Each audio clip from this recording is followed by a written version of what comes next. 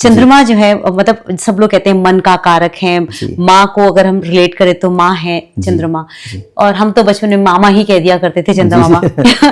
तो मैं आपसे उनका प्रभाव जानना चाहती हूँ कि अगर वो किसी के जीवन में श्रेष्ठ होते हैं, श्रेयकर होते हैं, तो क्या कुछ होता है जीवन में? देखिए, सूर्य भगवान को पिता का कारक माना गया है। हाँ। ठीक है, और विल पावर सब कुछ, तो पिता अगर किसी का पिता है तो बच्चे को डर नहीं लगता है।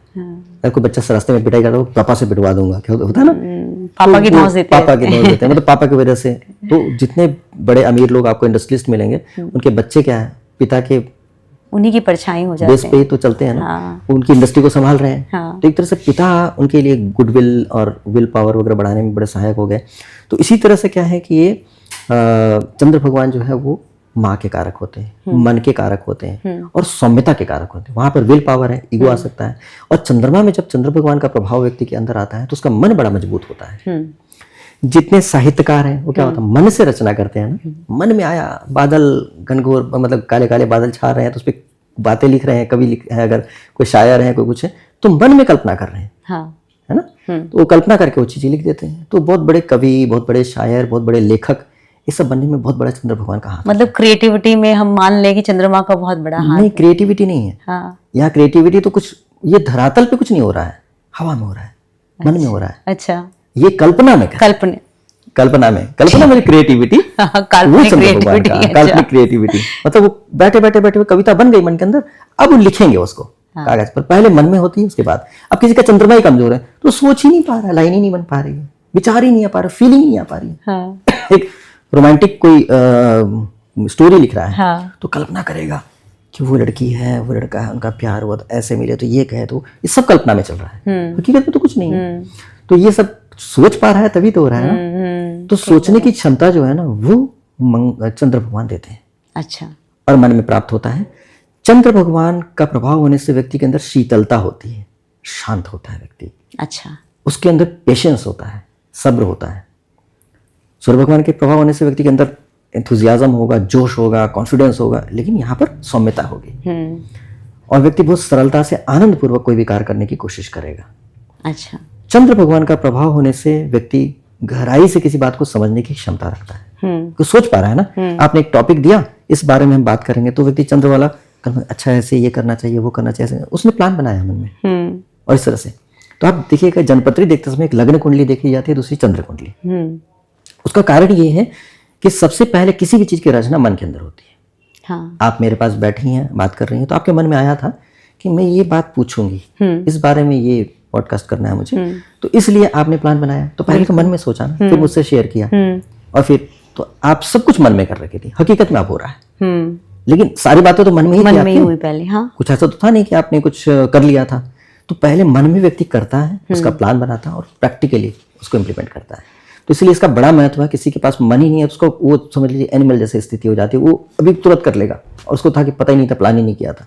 अच्छा। तो उसका रैंडम चीजें हो जाती हैं, और इसलिए मन का मजबूत होना बहुत जरूरी है। जिसका मन मजबूत नहीं होता है, अब ये तो मन की बात होगी, संतुष्टि की, खुशी की बात होगी, आनंद की बात होगी। जिसका चंद्रमा मजबूत है, चंद्र भगवान की कृपा है, तो वो माँ उसकी बहुत अच्छी होगी, अच्छे तरीके से उसको माँ का प्यार, सुख मिलेगा। सूर्य भगवान मजबूत है तो पिता का सुख मिलेगा। लेकिन यहाँ पर जब चंद्र भगवान की विकृति आ जाती है, जैसे वहां बताया आपको सूर्य भगवान का, तो चंद्र भगवान की जब विकृति आ जाती, कमजोर हो जाते हैं, तो व्यक्ति को सोच नहीं पाता है ठीक तरीके से। अच्छा। अब सोच नहीं पाता है तो कुछ कर नहीं पाता ढंग से, तो बिल्कुल प्लानिंग नहीं होती उसकी सही तरीके से, अनप्लान्ड होगा कुछ भी उसका, रैंडम कुछ भी कर देगा।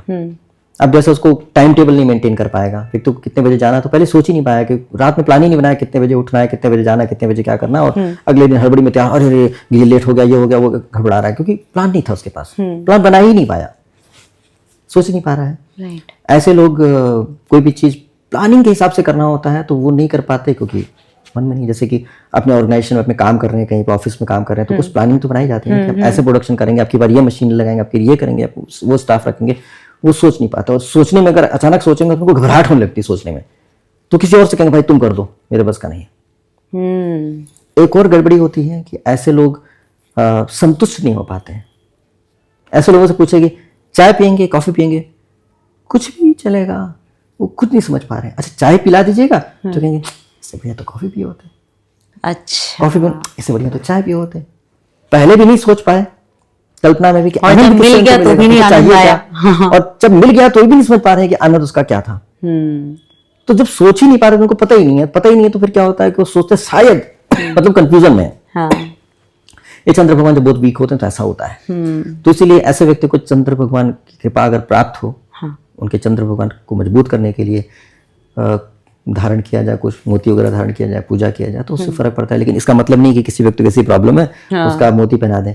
ऐसा भी हो सकता है कि किसी व्यक्ति का चंद्र भगवान किसी पूरे घर से संबंध रख रहे हो और चंद्र भगवान को बलि करने से व्यक्ति ज्यादा डिप्रेशन में आ जाए।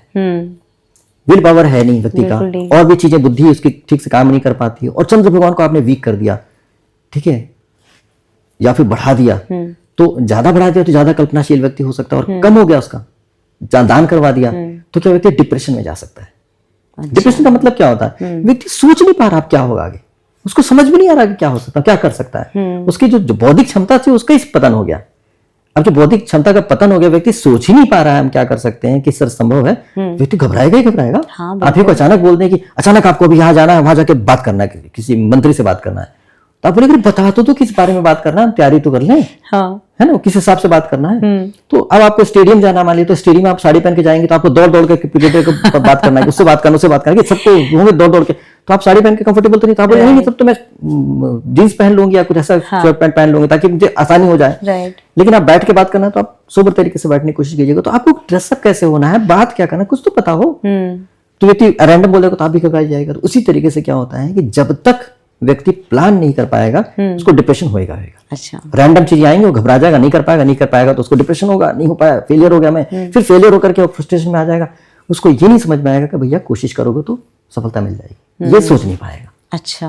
बुद्धि कमजोर हो गई ना, मन कमजोर हो गया उसका। तो मन एकदम कमजोर होने से ऐसे व्यक्ति जिसके सूर्य भगवान कमजोर होते हैं या चंद्र भगवान कमजोर होते हैं, सूर्य भगवान नहीं हो जाते कमजोर, उस व्यक्ति के अंदर जो तत्व है उनका तत्व कमजोर हो जाता है। तो उससे ये होता है कि उसको भूत प्रेत बहुत परेशान करते हैं। ओ, ये पक्की सी बात है। अगर सूर्य भगवान कमजोर, उसका विल पावर ही कमजोर, उसकी आत्मा ही कमजोर है, और चंद्र भगवान कमजोर है तो मन कमजोर है। तो ऐसे में क्या होता है, भूत प्रेत हर व्यक्ति के आसपास होते हैं। हम लोग जितने जीवित व्यक्ति हैं, जितने आपको दुनिया में दिख रहे हैं, उससे ज्यादा भूत प्रेत हैं, क्योंकि कितने लोग तो मर चुके हैं। अगर आप ही देखिए, जब से आपका जन्म हुआ कितने लोग मर चुके हैं आपके सामने। तो आप देखिए हर परिवार में कम से कम 5, 7, 10 लोग मर चुके हैं। राइट। तो मर गए हैं तो सारे मुक्त हो गए, ऐसा तो है नहीं। अब तो अंतिम संस्कार भी ठीक से नहीं करते हैं। तो क्या होता है, भूत प्रेत के तौर पे आसपास भटक रहे हैं। तो आपको परेशान इसीलिए नहीं कर रहे हैं क्योंकि वो आप उनके साथ इंटरेक्ट नहीं करेंगे। तो कहते हैं एवरी एक्शन हैज रिएक्शन।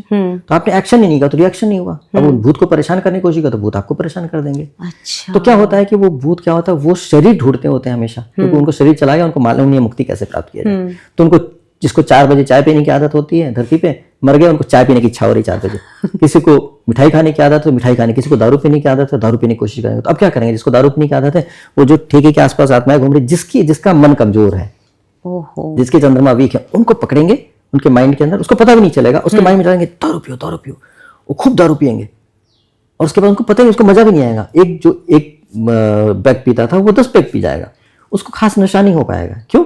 मजा तो वो ले गया, भूत प्रेत ले गया। तो इस तरह से जो भी कोई मिठाई खाने के लिए प्रेरित कर देगा, मिठाई नहीं खाता था बंदा, लेकिन बहुत मिठाइयाँ खा गया। कई लोग चाय पीने के उसमें खूब चाय पी जाया करेंगे और चाय पीते नहीं थे। तो ऐसा बिहेवियर जो दिखता है ना, ये सब चंद्रमा भगवान के कमजोर होने की वजह से होता है। उसके तत्व कमजोर हों उस व्यक्ति के अंदर, तो ऐसा हो जाता है। तो इसीलिए चंद्र भगवान की मजबूती करनी जरूरी होती है। ऐसे व्यक्ति को ज्ञान भी देना चाहिए, क्योंकि इसलिए ऐसा तभी होता है जब व्यक्ति के हॉरोस्कोप में पितृदोष हो, तब सूर्य भगवान की कमी हो जाती है और चंद्र भगवान की कमी हो। पितृदोष खास तौर पर मूल कारण, क्योंकि विल पावर मिल कैसे रहा है, फैमिली से मिलता है ना।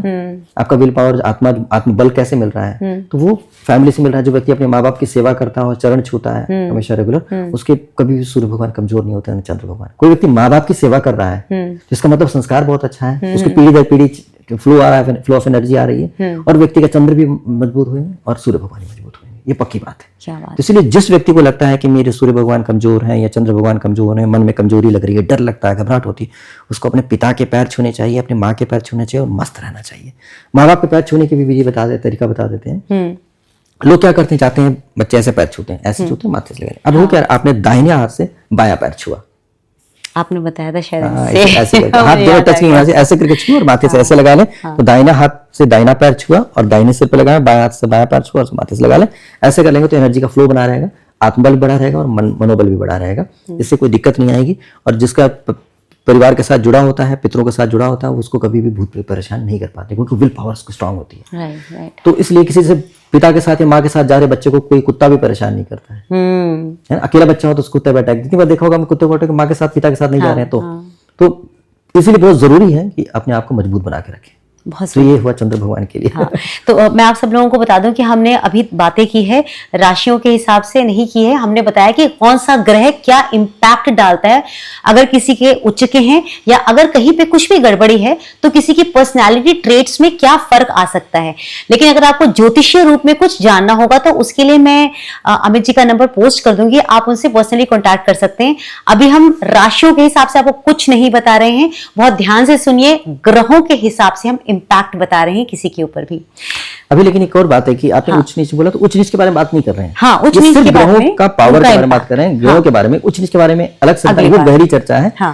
वो मेरे ख्याल से 95% से ज्यादा लोग गलत बोलते हैं उच्च नीच के बारे में, बहुत बड़ा भ्रम है। उसके बारे में आपको गूढ़ रहस्य से बताएंगे कि क्या होता है उच्च और क्या नीच होता है, उसमें किस तरह से इसका प्रभाव पड़ता है। क्योंकि ज्यादातर लोग नीच का मतलब नीचता से लेते हैं, उसका मतलब बहुत पावर से लेते हैं, बहुत अच्छा से लेते हैं, शुभता से लेते हैं, उसका मतलब नहीं। ठीक है, तो ये चीज आप ध्यान रखिएगा, उस पर भी हम एक एपिसोड करेंगे ताकि वो एक आई ओपनर रहे सब लोगों के लिए, है ना, ज्योतिष के मामले में।